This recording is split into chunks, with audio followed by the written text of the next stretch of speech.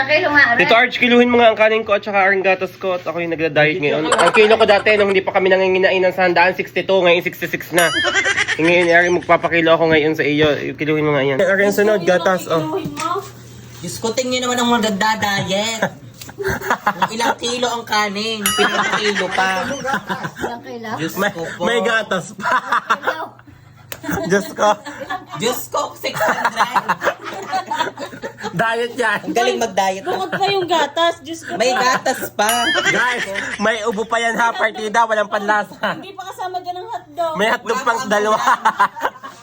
Diyos ko, wala din pala ang pagdadiet ko. Guys, may pakilo-kilo pang nalalaman. Ang weight ko ay 66 na, kakakain sa handaan. Guys, nung hindi pa kami kumakain sa mga handaan, ang kilo ko 62. Nung ang daming mga imbitasyon, naging 66. Siga, 70. Pag lagi 79. 70 ako dati. Yun, 70 siya dati, ngayon ay 79. 9 yung nadagdag. Diba? 80 ha? 80 ka? 79 na lang. Ngayon ako yung nagpapakilo din eh. Sana na may huy gumana.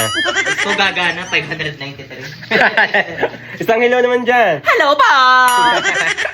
Yan, isang hello mula kay Tito Arj. Bye guys, ako yung magda-diet ngayon. Ngayong gabi. Ngayon lang. May ubo pa yan.